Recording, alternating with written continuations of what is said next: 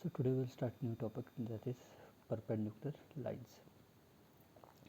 When two lines intersect and the angle between them is a right angle, then the lines are said to be perpendicular. Symbol to denote perpendicular is reverse T or opposite T, and perpendicular lines always make 90-degree angle. Perpendicular lines क्या होती है? when two line intersect, ठीक है, जब दो line intersect करती है और दो लाइन के बीच में जो एंगल का फॉर्मेशन होता है वो अगर 90 डिग्री हो तो उन दो लाइन को हम क्या बोलते हैं? Perpendicular lines. ठीक है, जब दो लाइन इंटरसेक्ट करे और उन दो लाइन के बीच में जो एंगल का फॉर्मेशन होगा वो अगर 90 डिग्री है तो हम उन दो लाइन को क्या बोलते हैं? Perpendicular lines. ठीक है, when two line intersect and the angle between them is a right angle, then the lines are said to be perpendicular. Symbol to denote perpendicular line is reverse T, and perpendicular lines always make 90 degree. और perpendicular line का symbol होता है वो क्या होता है? उल्टा T. जैसे हम टी लिखते हैं उसको आप उल्टा करके लिखो, वो किसका सिंबल होता है? परपेंडिकुलर लाइन का. ठीक है, और परपेंडिकुलर लाइन हमेशा कितनी डिग्री एंगल बनाते हैं? 90 डिग्री का. ठीक है, अब से दो लाइन है ए बी और एक एन एम. ठीक है, ए बी और एन एम के दो लाइन है. अभी दोनों क्या कर रही है? एक दूसरे को इंटरसेक्ट कर रही है. किस पॉइंट पर इंटरसेक्ट कर रही है? इस पॉइंट पे.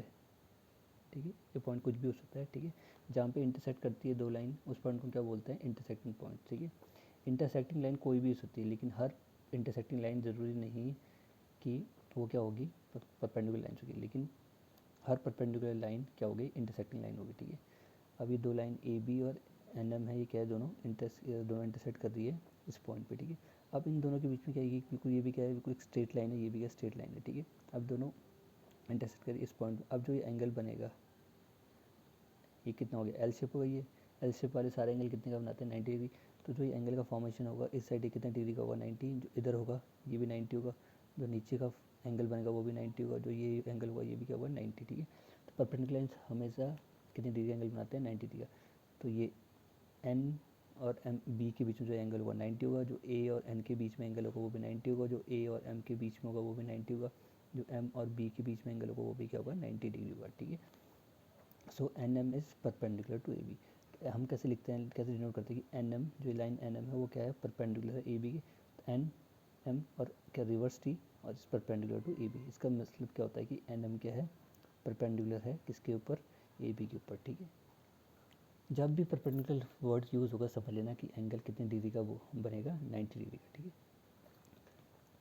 Now the next definition is bisector. What is bisector? Bisector का मीनिंग होती है वो जो किसी भी चीज़ को दो इक्वल पार्ट्स में डिवाइड करता है, दो इक्वल हाफ्स में. ठीक है, बाइसेक्टर जहाँ भी होगा समझ लेना मीन्स दो इक्वल पार्ट्स में डिवाइड करने वाली चीज़. ठीक है, bisector it anything, bisector is divide anything like line or angle in two equal halves. Bisector वो चीज़ होती है वो किसी भी चीज़ को दो इक्वल हाफ्स में डिवाइड करती है. ठीक है, चाहे वो लाइन हो या एंगल हो.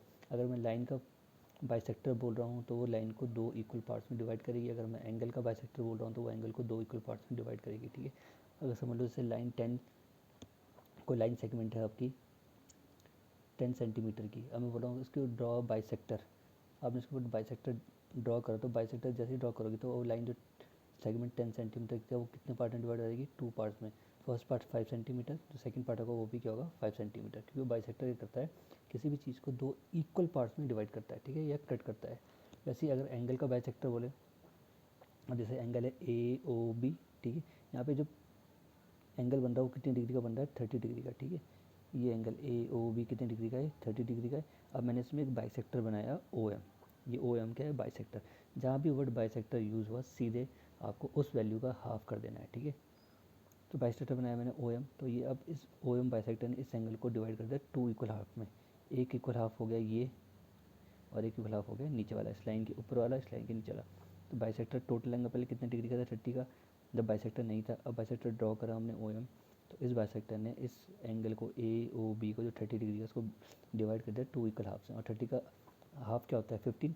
तो जो ऊपर वाला एंगल होगा वो 15 डिग्री का होगा, जो नीचे वाला एंगल होगा वो भी क्या होगा? 15 डिग्री का. मीन्स इतना एंगल 15 डिग्री और जो ये वाला एंगल है ये भी कितना? 15. ठीक है, वैसे ही अब एक लाइन सेगमेंट है ए बी, वो कितने सेंटीमीटर की है? कितनी मीटर की? 10 मीटर की. इसके ऊपर मैंने एक बाइसेक्टर ड्रॉ करा एम एन. ये एम एन क्या है? बाइसेक्टर. ठीक है, तो अब एम एन क्या कर रहा हूँ? ड्रॉ कर रहा हूँ बाइसेक्टर इस लाइन के ऊपर ए बी के ऊपर. तो सीधे बाइसेक्टर क्या कर देगा, इस लाइन को डिवाइड कर देगा 2 इक्वल पार्ट्स में। जहाँ भी ये बाइसेक्टर कट करेगा इस लाइन को, ए बी को, कहाँ कर रहा है, इंटरसेक्ट इस पॉइंट में, तो इस पॉइंट से जो डिस्टेंस होगा ए का और इस पॉइंट से जो डिस्टेंस होगा बी का, वो दोनों क्या होंगे, इक्वल। टोटल लाइन की जो लाइन सेगमेंट की जो मेजरमेंट थी वो कितनी थी, 10 मीटर। अब इस पॉइंट से ए बी का डिस्टेंस अगर 5 होगा तो इसी पॉइंट से बी का डिस्टेंस भी कितना होगा, 5, क्योंकि बाइसेक्टर किसी भी चीज़ को 2 इक्वल पार्ट्स में डिवाइड करता है, ठीक है। Now we will start exercise 5.5। Question number 1, which of the following are models for perpendicular lines. क्या बोल रहे हैं, कौन कौन से इनमें से फॉलोइंग में से मॉडल्स हैं जो आपको परपेंडिकुलर लाइन का फॉर्मेशन करते हैं, ठीक है। कौन कौन सा आपको परपेंडिकुलर लाइन बना के देंगे। First is adjacent edges of table top, ठीक है। अब एडजेसेंट टेबल, एडजेसेंट साइड होती है टेबल की, वो कैसे होती है, जैसे ये है, ये क्या है, ये लाइन और ये लाइन, ये क्या एडजेसेंट है, एक लाइन ये है और एक ये क्या एडजेसेंट है। जो भी एल शेप में होता है वो सारा क्या होता है, आपका एडजेसेंट साइड होती है, ठीक है। तो एडजेसेंट एजेस ऑफ टेबल क्या होती है, वो भी क्या होती है, परपेंडिकुलर होती है, क्योंकि वो किस शेप में बनाती है, किस अल्फ़ाबेट का फॉर्मेशन करती है, एल शेप का, ठीक है। तो ये एक लाइन ये और एक ये, तो इनको बोलते हैं एडजेसेंट साइड्स। तो एल शेप बना रही है तो ये भी क्या होगी, परपेंडिकुलर होगी, ठीक है। एल टी सारी लाइन क्या होती है, परपेंडिकुलर।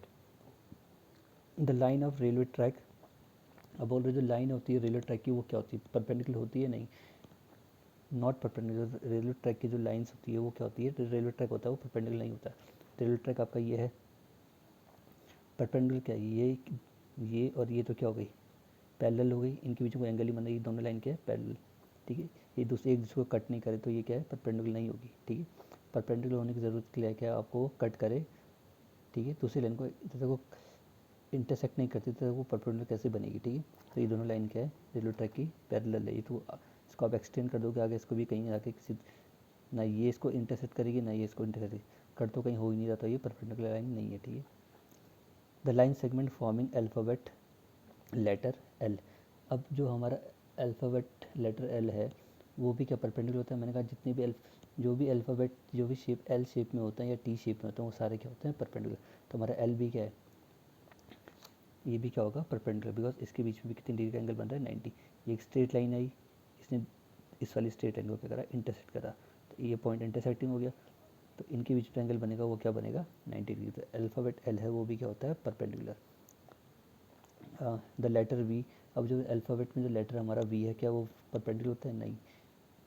वी क्या है, इस दो लाइन कट तो दोनों को इंटरसेक्ट तो कर रही है, ये लाइन इसको इंटरसेक्ट कर रही है, इसको इंटरसेक्ट कर रही है, लेकिन जो इसके बीच में जो एंगल बन रहा है वो क्या है, 90 डिग्री नहीं है। क्यों 90 डिग्री क्या होनी चाहिए, जो दोनों लाइन क्या होनी चाहिए, बिल्कुल स्ट्रेट लाइन होनी चाहिए, ठीक है। स्ट्रेट है लेकिन ये क्या है, स्लांट है, थोड़ी सीधी नहीं है, जो उनके बीच में एंगल बनेगा वो 90 डिग्री नहीं बनेगा। लाइन तभी परपेंडिकुलर बनता है जब लाइन क्या बिल्कुल स्ट्रेट हो, ना स्लांट हो, ठीक है, ना बेंड हो, बेंड भी नहीं, बिल्कुल स्ट्रेट होनी चाहिए। अगर फर्स्ट लाइन स्ट्रेट है तो दूसरी लाइन भी क्या होनी चाहिए, बिल्कुल स्ट्रेट, ठीक है, तब उनके बीच में एंगल क्या बनता है, 90। लेकिन जो अल्फ़ाबेट वी है वो क्या है तो स्ट्रेट लाइन, लेकिन क्या है, स्लांट है, ठीक है, बेंड हो रही है, तो इनके बीच में दोनों लाइन के बीच में जो एंगल बनेगा वो 90 नहीं बनेगा, ठीक है। कुल अल्फ़ाबेट में आपका एल और टी आपको क्या दिखे देते हैं, 90 degree. So the letter V is not perpendicular. ना question number 2, let P Q be a perpendicular to line segment X Y. क्या बोल रहे हैं, पी क्यू परपेंडिकुलर है लाइन सेगमेंट एक्स वाई के। अब उन्हें बोल दिया कि जो पी क्यू लाइन सेगमेंट है परपेंडिकुलर किसके ऊपर है, एक्स वाई के, मीन्स उन दोनों लाइन के बीच में पी क्यू और एक्स वाई के बीच में कितने एंगल बनेगा, 90 का। Let P Q and X Y intersect in the point A, what is the measure of angle P A Y. बोल रहे अगर line segment P Q intersect करिए लाइन सेगमेंट एक्स वाई को पॉइंट ए पे, ठीक है। अभी line segment है पी क्यू, ये क्या है, परपेंडिकुलर है एक्स वाई के ऊपर, और कहाँ इंटरसेक्ट कर रही है ये पी क्यू इस एक्स वाई को, इस पॉइंट पे ए पे।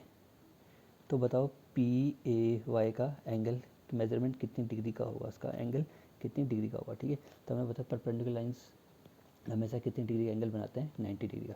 सो एंगल होगा पी ए वाई, वो कितनी डिग्री का होगा, 90 डिग्री का। तो एंगल पी ए वाई कितनी डिग्री का होगा, 90। अगर पी ए वाई 90 है तो जो पी ए एक्स होगा वो भी कितने का होगा, 90, ठीक है।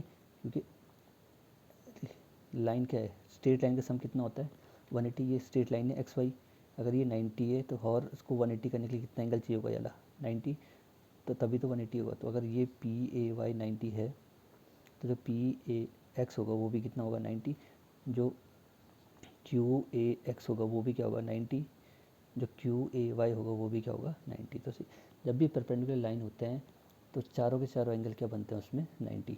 अगर पी ए वाई, यहाँ पे पी और वाई के बीच में 90 बन रहा तो पी और एक्स के बीच में भी 90 बनेगा, एक्स और क्यू के बीच में भी 90 बनेगा, वाई और क्यू के बीच में भी 90 बनेगा। तो पी ए वाई अगर 90 है तो पी ए एक्स भी 90 होगा, क्यू ए एक्स भी क्या होगा 90 होगा, क्यू ए वाई भी कितना होगा 90 होगा। ठीक है।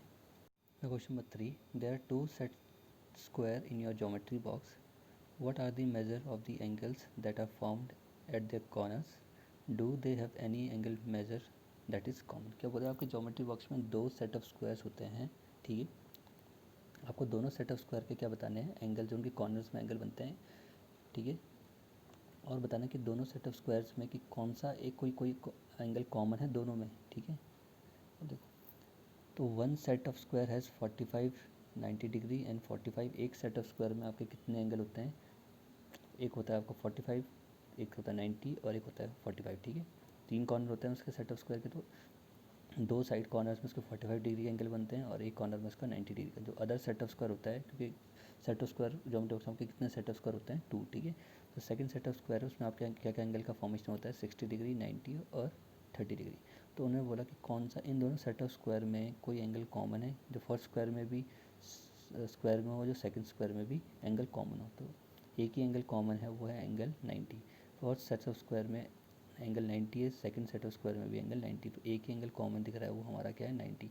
दोनों सेट ऑफ स्क्वायर में है, पहले स्क्वायर में भी 90 डिग्री है, सेकंड सेट ऑफ स्क्वायर में भी कितना है 90 डिग्री है, तो एक ही एंगल कॉमन है वो है क्या है 90, ठीक है। जैसे ये आपका, ये आपके दो सेट ऑफ स्क्वायर है, ठीक है। तो फर्स्ट सेट ऑफ स्क्वायर ये हो गया, इसमें दो तीन कॉर्नर है, 1 2 3 तीन कॉर्नर है। तो एक कॉर्नर में 45 डिग्री बन रहा है, सेकंड कॉर्नर में 45 डिग्री बन रहा है और थर्ड कॉर्नर में क्या बन रहा है 90 degree.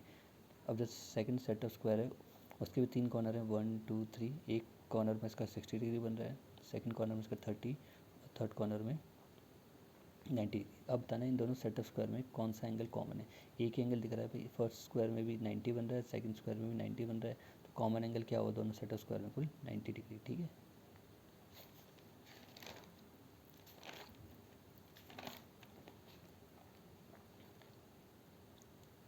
Now question number 4, study the diagram, the line L is perpendicular to line M, ठीक है। बोल रहे आपको उस डायग्राम को देख के क्या करना है, स्टडी करना है और जो फॉलोइंग क्वेश्चन है उनके आंसर देने हैं।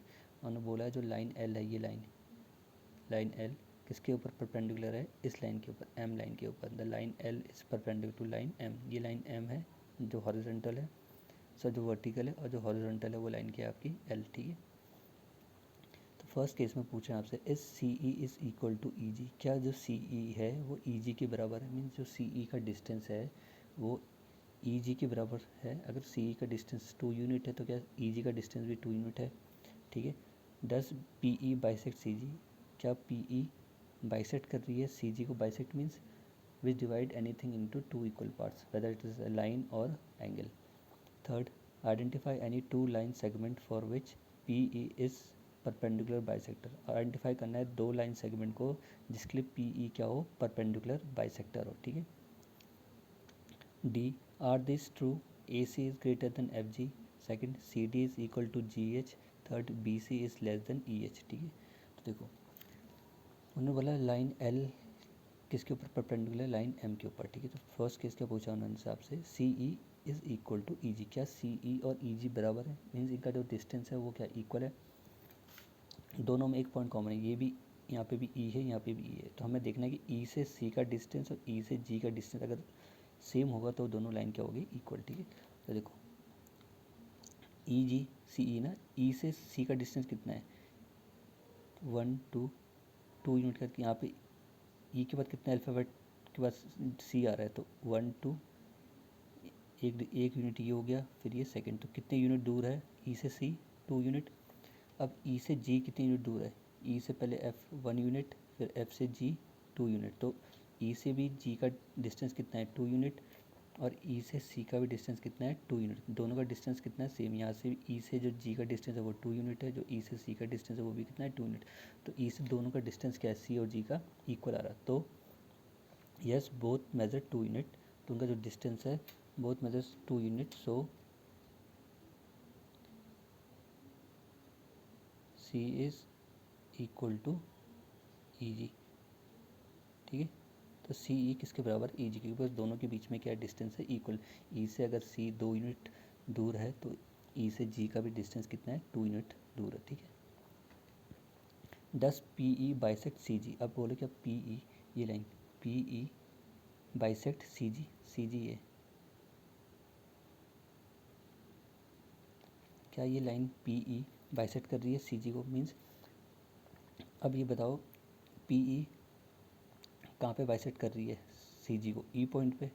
ठीक है, अगर ई से सी का डिस्टेंस और ई से जी का डिस्टेंस इक्वल आ गया तो पी ई क्या कर रही है बाइसेक्ट कर रही है सी जी को। ठीक है, yes because C E is equal to G. क्यों आया, क्योंकि पी ई बाइसेक्ट कर रही है सी जी को, इसका आंसर यस है। क्यों, क्योंकि ई से सी का डिस्टेंस कितना निकाला था हमने फर्स्ट केस में 2 यूनिट, और ई से जी का डिस्टेंस भी कितना है 2 यूनिट। और बाइसेक्टर का काम क्या होता है, वो किसी भी चीज़ की अगर बाइसेक्टर किसी लाइन का है तो उस लाइन को 2 इक्वल पार्ट्स में डिवाइड करता है, मीन्स उस पॉइंट से फर्स्ट पॉइंट का डिस्टेंस इक्वल होगा और उसी पॉइंट से सेकंड पॉइंट का डिस्टेंस भी क्या होगा इक्वल। तो ये पॉइंट है, इस पॉइंट से फर्स्ट पॉइंट का डिस्टेंस जो सी है इसका डिस्टेंस कितना है 2 यूनिट, और इसी पॉइंट ई से सेकंड पॉइंट जी उसका डिस्टेंस भी कितना है 2 यूनिट, दोनों का डिस्टेंस क्या आ रहा है इक्वल आ रहा है। तो पी ई क्या है बाइसेक्टर है सी जी का। ठीक है, identify any 2 line segment for which P is bisector is perpendicular bisector. ठीक है, अब आपको 2 लाइन सेगमेंट आइडेंटिफाई करने हैं जिसके लिए पी ई क्या होने चाहिए परपेंडिकुलर बाइसेक्टर। ठीक है, मीन्स उस पॉइंट से उनका डिस्टेंस इक्वल आना चाहिए। तो पहला तो हो गया सी जी। ठीक है, 2 लाइन सेगमेंट, एक लाइन सेगमेंट हो गई आपकी सी जी, क्योंकि इस पॉइंट से सी का डिस्टेंस भी 2 यूनिट है, इस पॉइंट से जी का भी डिस्टेंस 2 यूनिट है। ठीक है, फिर एक सेकेंड लाइन हो गई आपकी डी एफ, ये लाइन। ठीक है, क्योंकि ई पॉइंट से डी का डिस्टेंस कितना है 1 यूनिट, और ई से एफ का डिस्टेंस भी कितना है 1 यूनिट। तो पी ई किसका बाइसेक्टर है डी जी, डी एफ का भी बाइसेक्टर है। ठीक है, अब बी एच, ये लाइन सेगमेंट। ठीक है, बी से एच का, अब देखो इस पॉइंट से ई पॉइंट से बी का डिस्टेंस कितना है 1 2 3 3 यूनिट, और ई से एच का डिस्टेंस कितना है 1 2 3। ई से बी भी 3 यूनिट दूर है और ई से एच भी 3 यूनिट दूर है, तो दोनों का डिस्टेंस कितना है इस ई पॉइंट से 3 यूनिट। तो पी ई बाइसेक्टर किसका है बी एच का भी है, पी ई बाइसेक्टर किसका है डी ई का भी है, पी ई बाइसेक्टर किसका है सी जी का भी है। ठीक है, तो 3 लाइन सेगमेंट कौन कौन सी हुई D F C G and B H. ठीक है, लास्ट केस में पूछे हैं आर दिस ट्रू, क्या बोल रहे हैं फर्स्ट केस में A C is greater than F G, क्या ए सी का जो डिस्टेंस है वो जो ए सी की लेंथ है वो एफ जी से ग्रेटर है।